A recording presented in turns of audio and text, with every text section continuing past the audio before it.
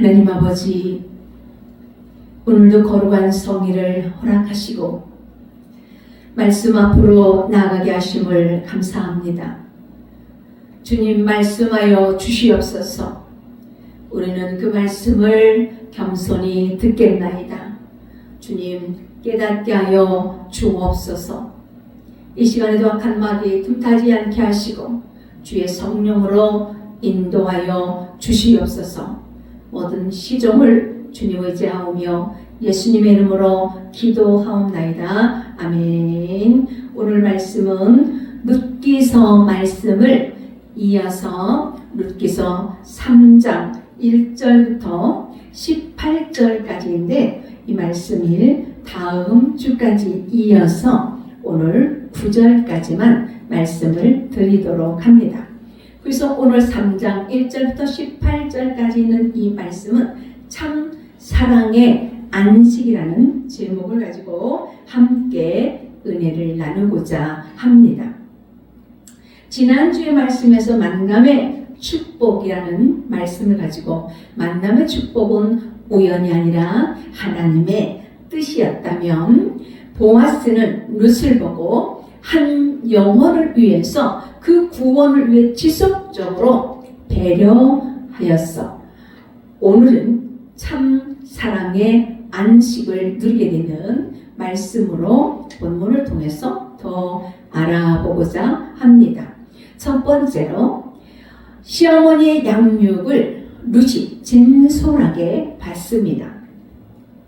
1절 있는 말씀을 제가 봉독해 올립니다.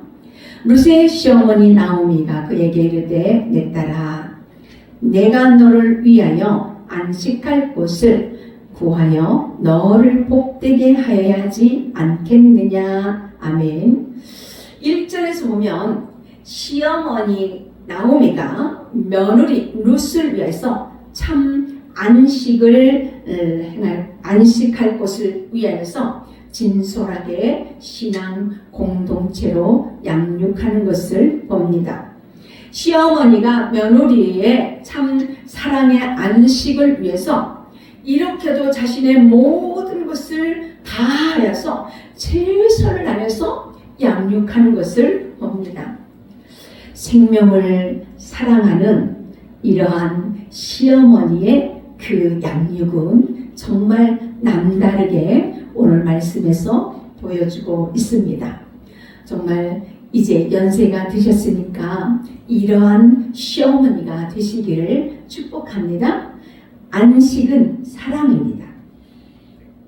이 세상의 많은 것을 누리고 또한 대궐 같은 집에서 자녀들이 잘 나간다 하더라도 가정의 참 즐거움은 누릴 수 있으나 그것도 잠시더라. 예수씨가 없으면 가정의 영원한 안식과 기쁨을 누릴 수 없는 것이죠.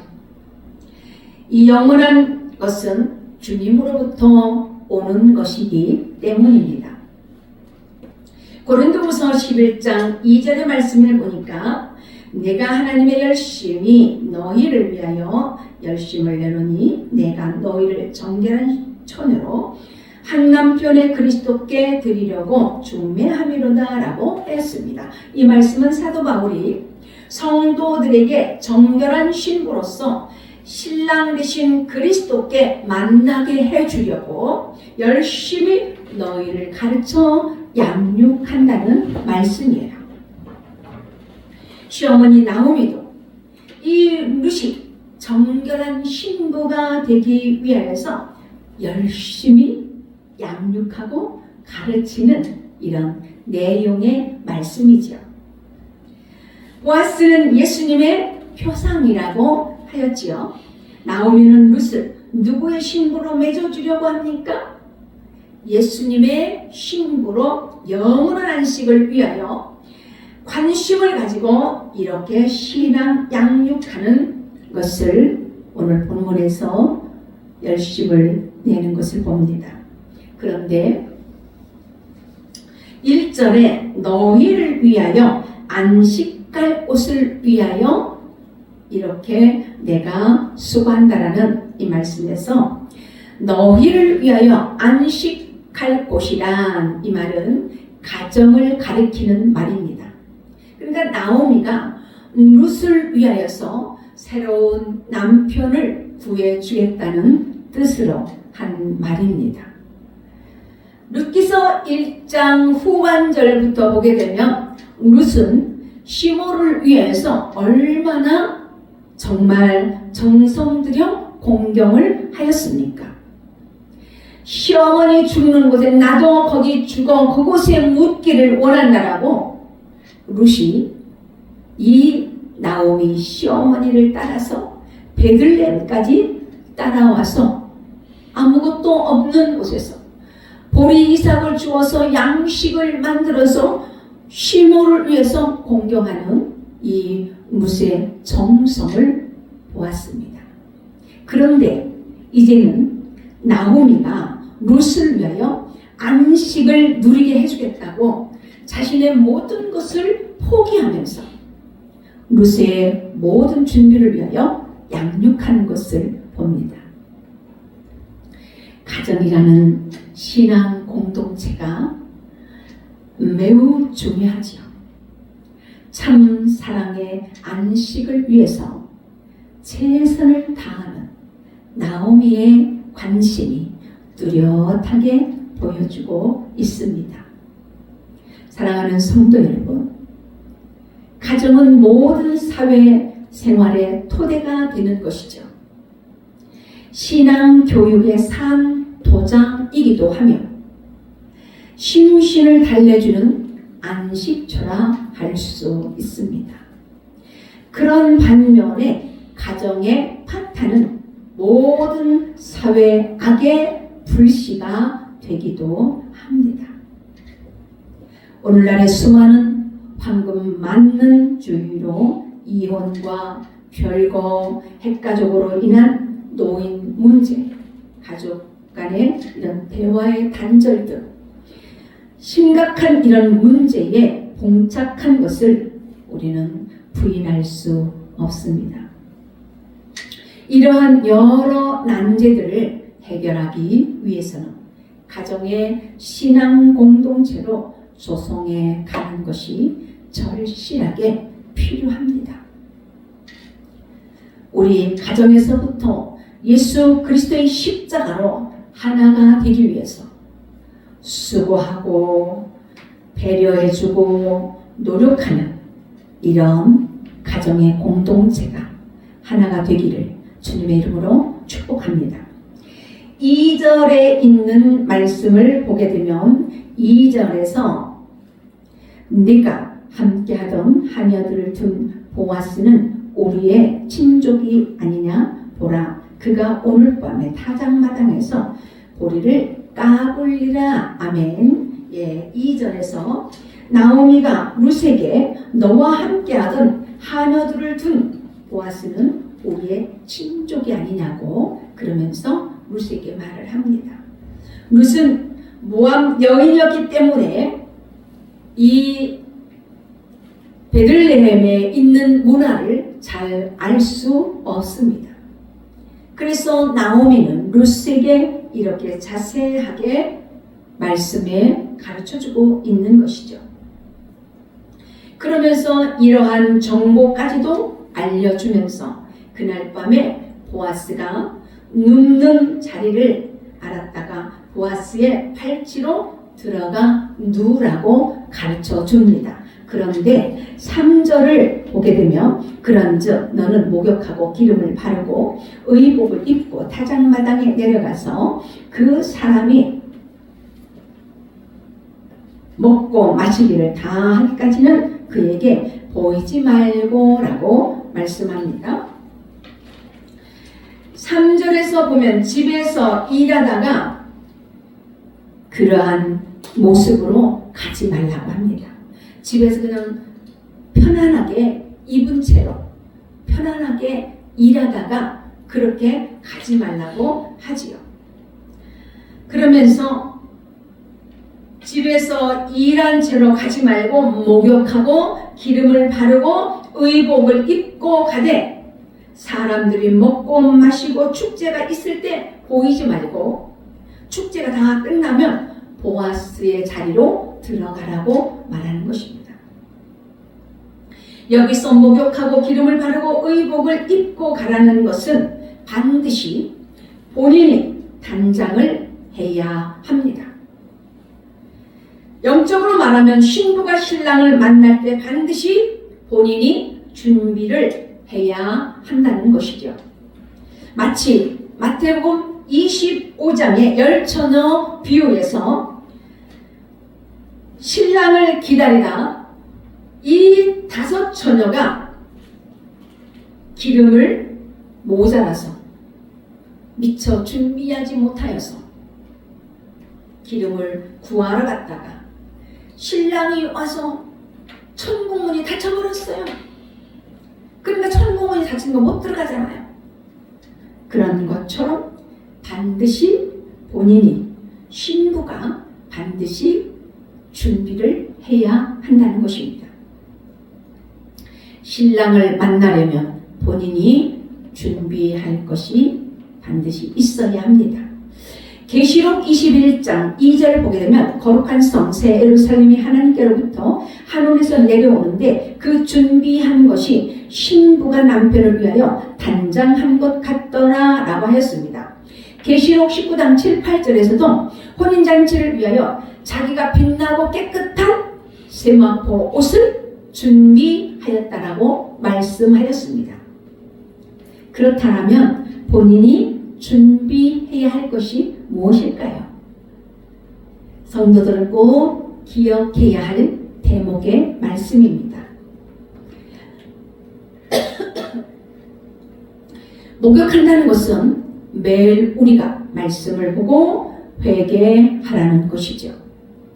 기름을 바르고란 성령의 기쁨을 소유하라는 것입니다.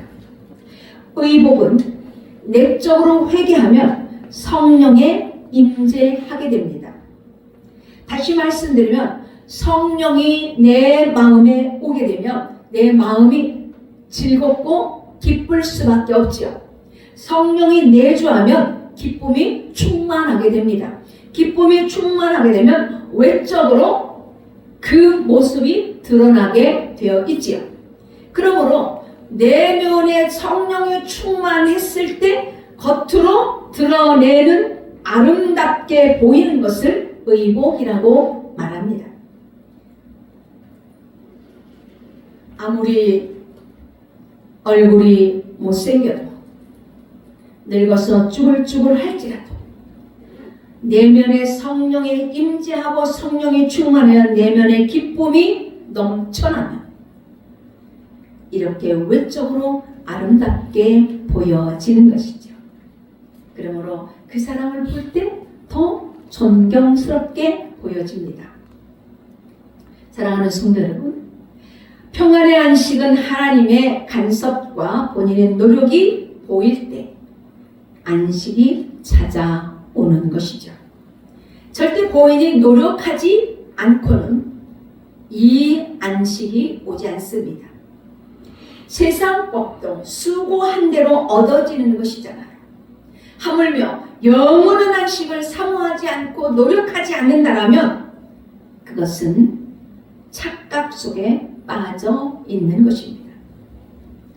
시편 128편 2절에 보게 되면 내가 네 손이 수고한 대로 먹을 것이라고 복되고 형통하리라고 말씀하였습니다. 4절에서 그의 발치 이불을 들고 거기 누우라고 말씀하지요. 이 말의 뜻은 나오미는 며느리 룻에게 보아스가 성관계를 갖도록 유도하라는 것을 가르쳐 줍니다. 이런 행위는 일견 보기에 장려 행위와 다름없는 것으로 오해할 수도 있습니다. 그러나 그 시대 문화를 먼저 알면 오해할 여지가 될 수 없지요. 어디까지나 룻이 보아스에게 고엘의 의무를 이행하도록 요구하는 행위였기 때문입니다. 보아스는 기업 물을 자 형제의 대를 이어갈 자입니다. 그래서 여기서 기업 물을 자란 킨스맨 레디멜이라는 이 히브리어 말로는 고엘이라는 말인데 이를 직역하면 되찾다, 물으다, 구속하다라는 뜻입니다. 고엘은 이스라엘에게만 있던 특별한 제도로서 하나님께로부터 받은 기업을 영구히 보존하면서 혈육을 유지하면서 부당한 이런 일을 겪었을 때 가까운 친척이 나서서 이를 돕도록 규정한 제도였습니다.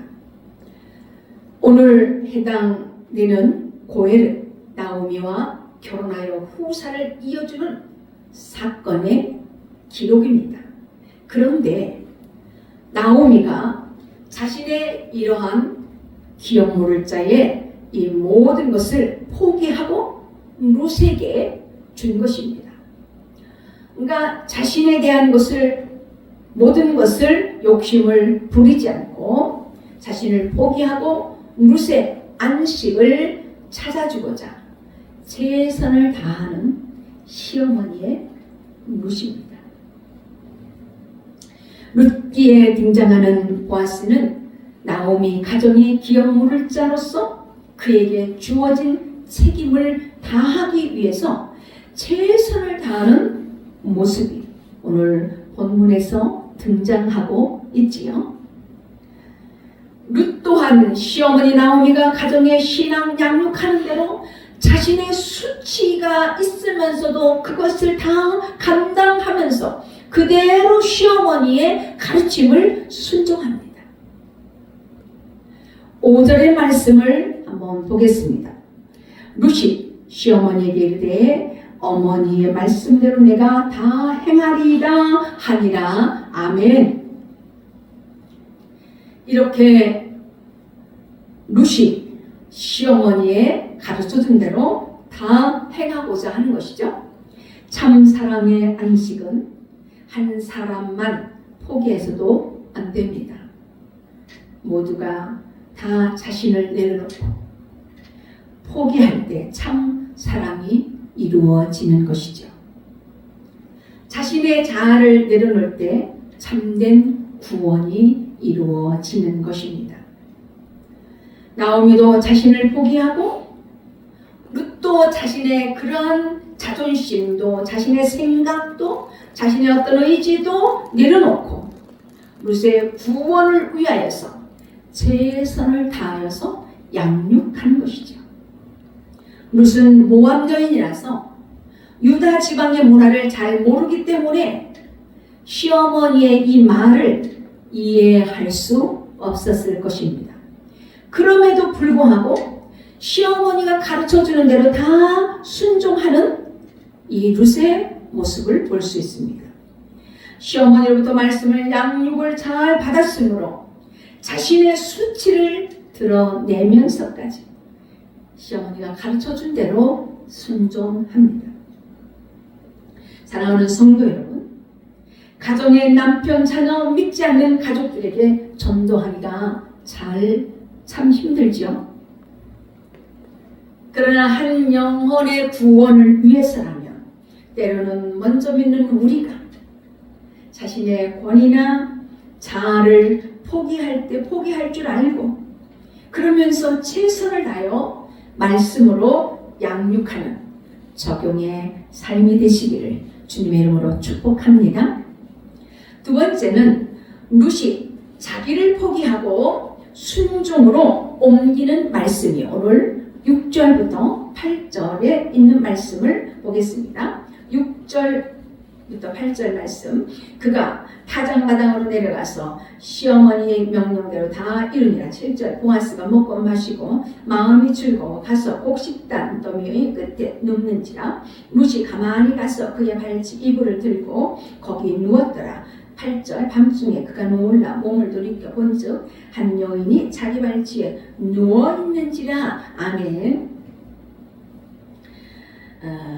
룻은 시어머니의 양육한 대로 순종을 그대로 행합니다. 룻은 이방 사람이기 때문에 이 베들레헴의 문화를 잘 모릅니다.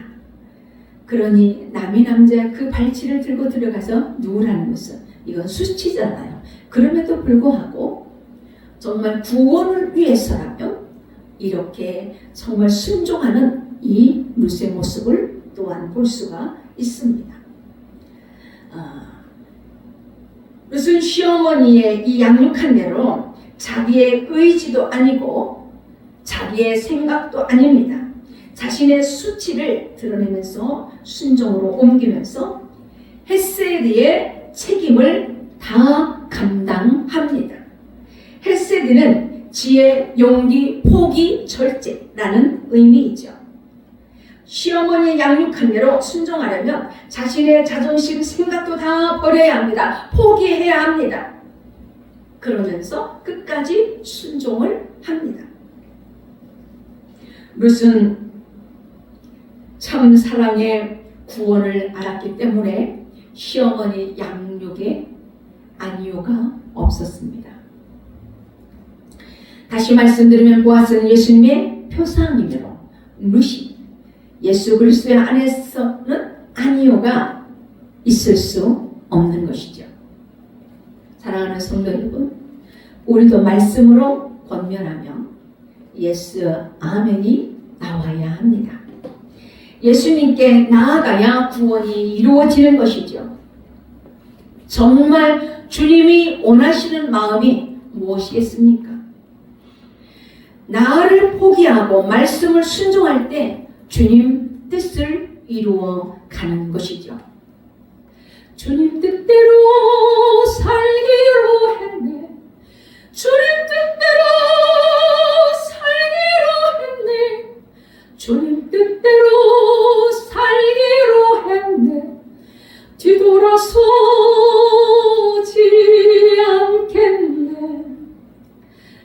돌아서지 않겠네. 아멘. 사랑하는 성도 여러분, 그런데 주님 뜻대로 이렇게 살겠다던 마음은 간 곳 없고 우리 삶에 내가 주인이 되어 살아가고 있지는 않는가 늘 말씀으로 나를 살펴보아야 합니다. 자신의 옳고 그름으로 불순종하지는 않는가 늘 말씀으로 나를 살펴보아야 합니다. 그러므로 늘 말씀을 가까이 두어서 나의 옳고 그름을 보게 하시고 그러한 것들을 버릴 줄 아는 이런 성도, 우리가 주님 말씀에 순종하는 삶이 되시기를 주님의 이름으로 축복합니다. 9절의 말씀에서 이르시되 내가 누구냐 하니 대답하여 나는 당신의 여종 루시니오니 당신의 옷자락을 펴 당신의 여종을 덮으소서 이는 당신의 기업을 물을 자가 됨이니이다 하니. 아멘. 루시 시어머니가 가르쳐준 대로 이렇게 행하다 보니까 보아스가 네가 누구냐? 라고 말합니다. 이방 여인이 루스의 발치를 들고 보아스의 발치를 들고 들어가 눕는데 이 보아스가 네가 누구냐? 그렇게 물어요. 나는 당신의 여종 루시오. 당신의 옷자락을 펴서 당신의 여종을 덮으소서 라고 이렇게 대답을 하는 거예요. 이 말은 구원하는 행위를 상징적으로 표현하는 말씀입니다. 이 같은 표현은 이스라엘과 하나님의 관계를 나타내는 데에서도 사용되었습니다. 예스겔 16장 8절에 보면 내가 네 곁으로 지나며 보니 내 때가 사랑할 만한 때라 내 옷으로 너를 덮어 벌거벗은 것을 가리고 네게 맹세하고 언약하여 너를 내게 속하게 하였느니라고 말씀하였습니다. 하나님께서 이스라엘 백성들에게 언약하신 말씀인데 오늘날로 해석한다면 주님께서 여러분의 삶을 돌아보았더니 내가 너를 사랑할 만한 때에 되어 너를 내 옷으로 덮어 너를 벌거벗은 수치를 가려주신다는 말씀이지요. 할렐루야. 이 말의 의미는 너를 용서하여 지난날의 더러운 수치를 다 덮어주고 우리에게 축복을 약속하신다는 말씀입니다. 그러므로 룻은 보아스에게 자기 일생을 맡기고 보호해 달라는 이러한 의미입니다. 보아스는 예수님의 표상이라고 말씀을 드렸죠. 룻은 자기 구원을 위하여서 일생을 맡기고 보호해 주실 것을 믿고 있다는 말씀입니다. 여종을 덮으소서, 이 말은 원어에 보면 부인이 될 자격이 있는 종이라고 말하는 것입니다. 사랑하는 성도 여러분, 주님만이 나의 구원자이십니다. 나의 수치를 덮어주시고 나를 보호해 주실 분이십니다. 주님 말씀에 순종함으로 하나님의 은혜를 덧입어서 참 사랑의 안식을 누리는 저와 여러분의 삶이 되시기를 주님의 이름으로 축원합니다. 다음 주에 이어서 말씀을 이어가도록 하겠습니다. 기도하겠습니다. 사랑의 하나님, 험한 세상에서 우리를 불러주시고 구원해 주시고 주님 안에 살게 하심을 진심으로 감사함을 드립니다. 가정의 참 사랑의 안식을 위하여서 나의 모든 것을 포기할 줄 알고 가족에게 말씀으로 양육할 수 있는 저희들이 되게 하여 주시옵소서. 세상의 부와 명예와 모든 것을 가졌을지라도 내 안에 예수 씨가 없다면 참 영원한 안식을 누릴 수 없는 것이므로 믿지 않는 가족들의 한 영혼을 위하여 포기하지 말고 지속적으로 배려하며 참 사랑의 안식을 누리는 가정이 되게 하여 주시옵소서. 예수님의 이름으로 기도하옵나이다. 아멘.